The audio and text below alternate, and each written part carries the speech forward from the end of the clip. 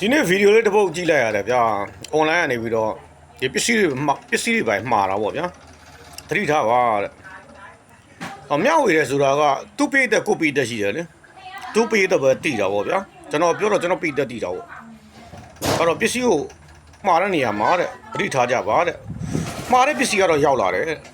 ဒါပေမဲ့အဲ့ထက်မှာကွန်ပူဆိုင်ဘက်လေးတွေပါလာတယ်ဗျာ